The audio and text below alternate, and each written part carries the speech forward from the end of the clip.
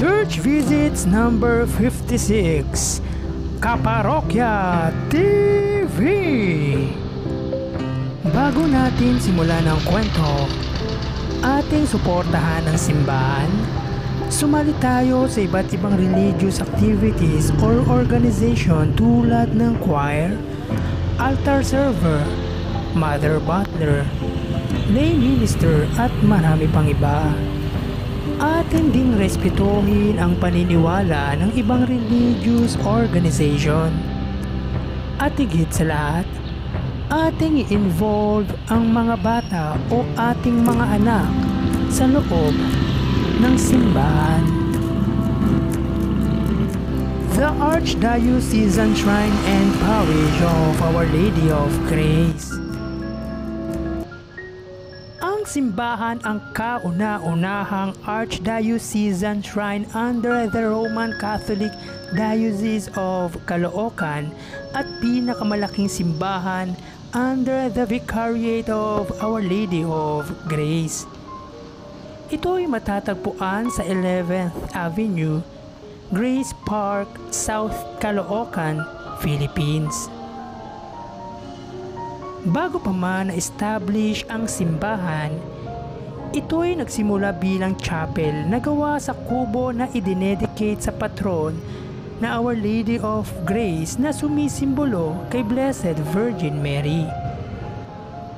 Ito ay pinapangalagaan ng mga pari ng Oblates of Mary Immaculate na pinapamuno ang panoon ng Superior General na si Reverend Father Gerard Monjo, na siyang humiling sa dating punong arsobispo na si Archbishop Michael J. O'Doherty na magtayo ng simbahan na tinagunan naman ng huli kung saan sa tulong ng Philippine Realty Corporation, isang private company na nangangasiwa sa lugar na kung tawagin ay Grace Park, ang siyang nag-donate ng kinatatayuan nito noong May 16, 1946.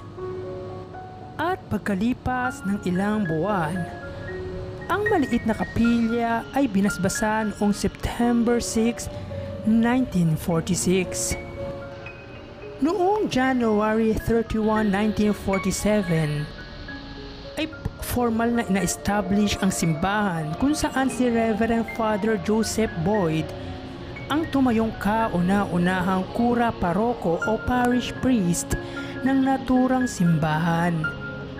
At dahil sa lumalaki at lumulubong bilang na nagsisimba dito, ay napagpasyahan na maglikom ng pondo sa tulong ng mga mamamayang sumasakop sa simbahan kung saan nagsagawa sila ng iba't ibang aktibidades o fundraising noong 1949.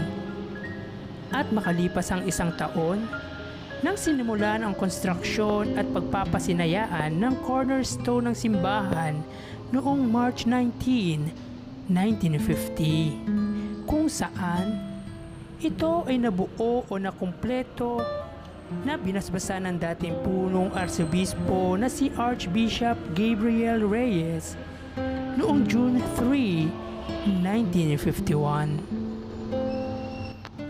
Makikita sa simbahan ang relic ng pangalawang patron ng simbahan na si Saint Eugene de Mazinod o Charles Joseph Eugene de Mazinod na ipinanganak noong August 1, 1782 sa bansang France at namatay sa gulang na 78 o 78 noong May 21, 1861.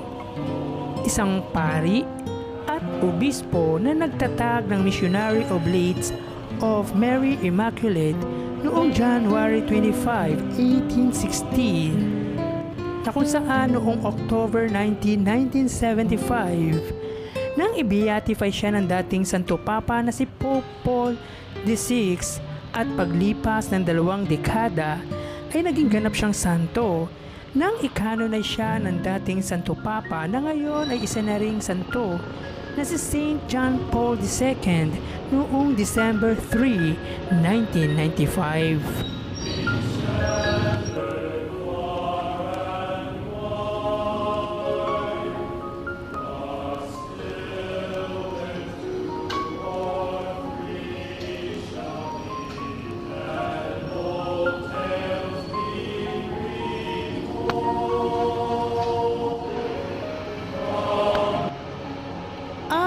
noong December 7, 2011 nang mag-elevate ang simbahan into Archdiocesan Shrine na pinasinayaan ng dating obispo ng Roman Catholic Diocese of Caloocan na si Bishop Deogracias Iñiguez.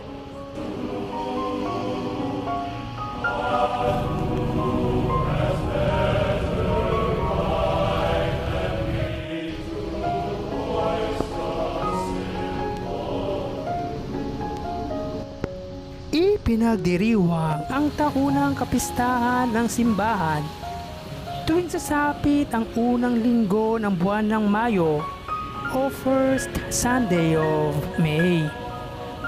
At ang kasalukuyang kura paroko o parish priest rector ay si Reverend Father Eduardo Vasquez sa ilalim ng pamamahala ng Roman Catholic Diocese of Caloocan, headed by Bishop Pablo Virgilio S. David, punong Arsobispo Jose Cardinal Advincula, at ang pinaka-head ng Roman Catholic Church na si Pope Francis.